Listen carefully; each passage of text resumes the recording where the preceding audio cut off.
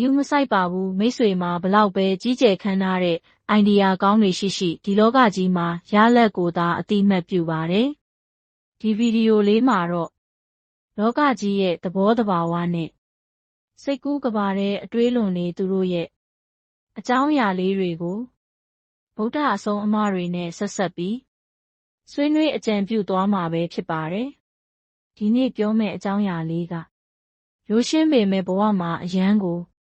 အရေးကြီးပါတယ်။သတိပြုမိကြလား။ဒီလောကကြီးကတင့်ကောင်းထဲမှာဘလောက်ကြီးကျယ်ခမ်းနားတဲ့အတွေးအခေါ်တွေရှိနေလဲဆိုတာကိုလုံးဝဂရုမစိုက်ဘူးဆိုတာမှန်ပါတယ်လုံးဝဂရုမစိုက်ပါဘူး။မိတ်ဆွေဟာကဘာကြီးကိုပြောင်းလဲပြစ်မဲ့အကြံဉာဏ်တစ်ခုအိမ်မက်ထဲမှာမြင်လိုက်ရတယ်ဆိုပါစို့ဒါမှမဟုတ်လူသားအလုံးငြိမ်းချမ်းသွားအောင်လုပ်နိုင်တဲ့အတွေးတစ်ခုခေါင်းထဲမှာပေါ်လာတယ်ဆိုပါစို့ဒါကဘာမှအဓိပ္ပာယ်မရှိသေးပါဘူး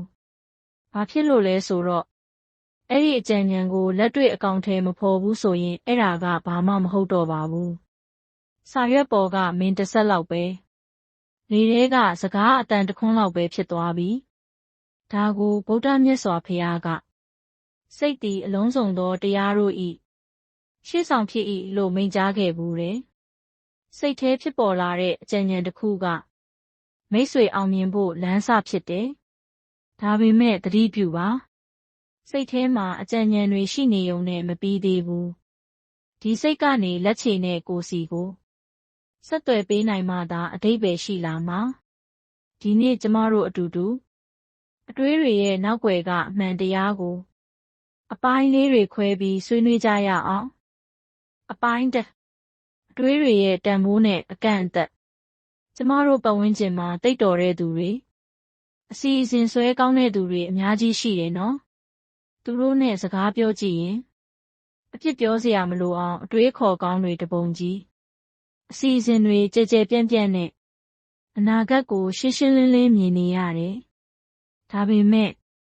ဒီမှာစိတ်ဝင်စားစရာကောင်းတာကလအနှဲငယ်ကြာသွားတဲ့အခါသူတို့ရဲ့အဲ့ဒီအစီအစဉ်တွေဘလောက်ထိအကောင်ထဲပေါ်လာသလဲဆိုတာပါပဲအများစုကတော့ပျောက်ကွယ်သွားတတ်တဲ့ပျော်ပွဲစားထွက်ပြီးမိမိအိမ်ကိုမပြန်ဖြစ်တော့တဲ့ခရီးသည်တွေလိုဘာဖြစ်လို့လဲဆိုတော့လအနှဲငယ်ကြာတဲ့အထိဆက်မလုပ်နိုင်လို့ပါ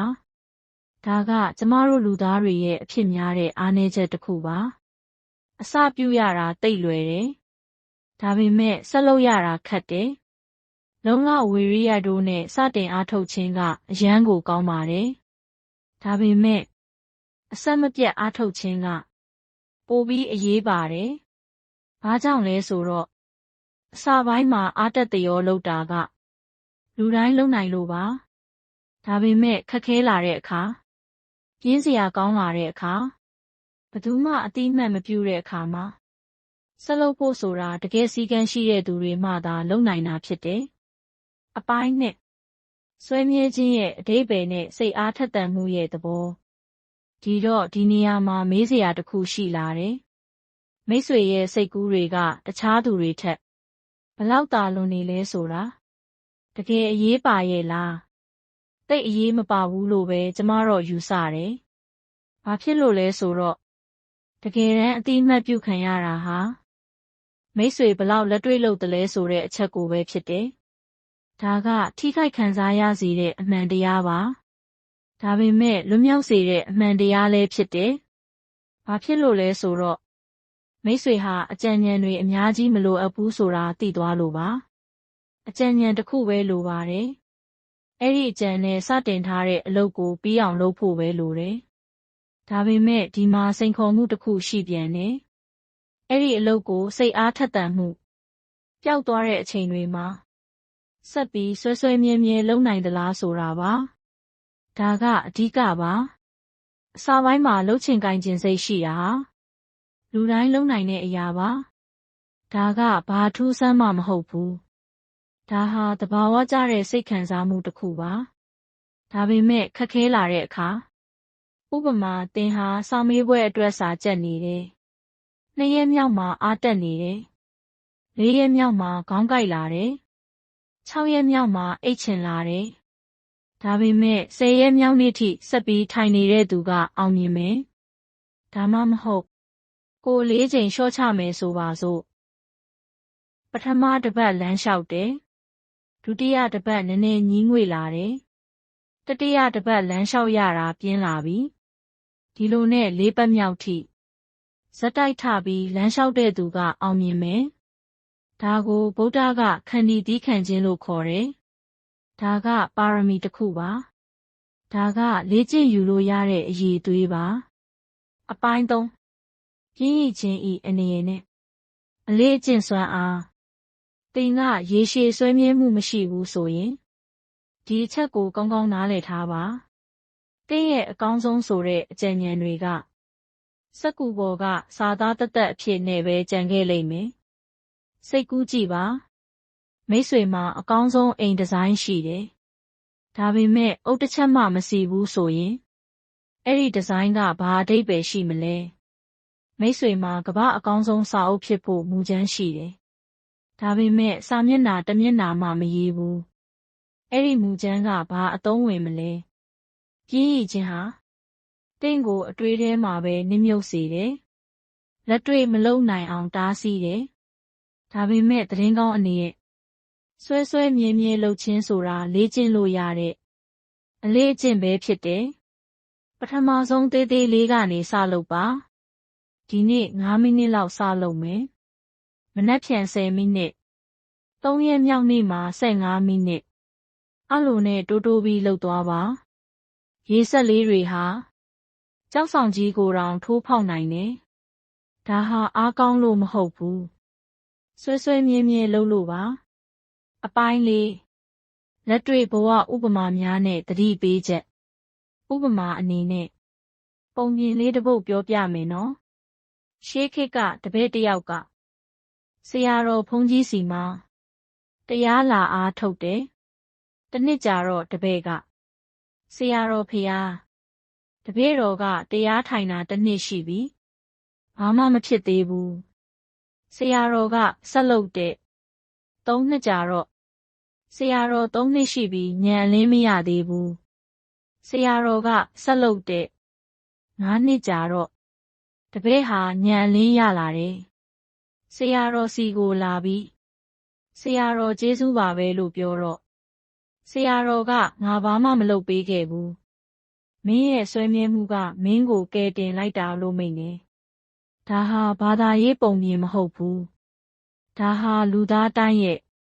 ဘဝအတွက်သင်ခန်းစာပါ။နောက်ထပ်ဥပမာအနေနဲ့သင်ဟာပန်းချီဆရာတစ်ယောက်ဖြစ်တယ်ဆိုပါစို့။ပန်းချီကားတစ်ချက်ကို10ကြိမ်မြောက်ပြန်ဖြတ်လိုက်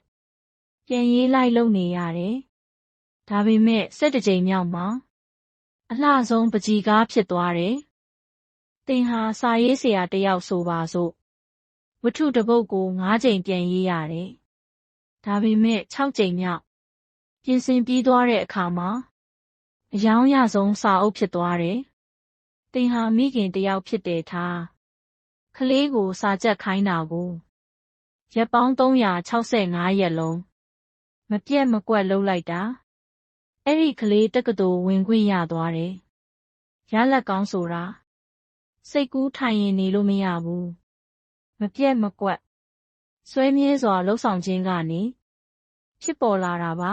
။အပိုင်း5ဘာသာရေးအဆုံးအမနဲ့အတွေးသစ်တွေရဲ့ဆွဲဆောင်မှုဗုဒ္ဓမြတ်စွာဘုရားဟာအသိဉာဏ်အရှိဆုံးသောတတဝါဖြစ်တယ်။ဒါပေမဲ့ကိုရောတောင်သာသနာတော်ပြန့်ပွားရေးအတွက်နှစ်ပေါင်း40ကျော်ခြေကျင်လျှောက်ပြီးတရားဟောခဲ့ရတယ်။ဘာလို့လဲဆိုတော့အသိဉာဏ်ရှိုံနဲ့မပြီးဘူး။အဲ့ဒီဉာဏ်ကိုလူတွေစီတည်ဆောင်ပေးဖို့လိုတယ်။ဒါမှလက်တွေ့ဖြစ်မယ်။ဒါကြောင့်မိတ်ဆွေရဲ့ခေါင်းထဲမှာနောက်ထပ်အကြံဉာဏ်ကောင်းတစ်ခုဝင်လာရင်သတိထားပါ။ဒီကြံကောင်းတယ်။ဒါပေမဲ့ငါအခုလုပ်နေတဲ့အလုပ်ကပြီးသွားပြီလားလို့ကိုမေးပါ။မပြီးသေးဘူးဆိုရင်အဲ့ဒီအကြံအသစ်ကိုဘေးဖယ်ထားလိုက်ပါ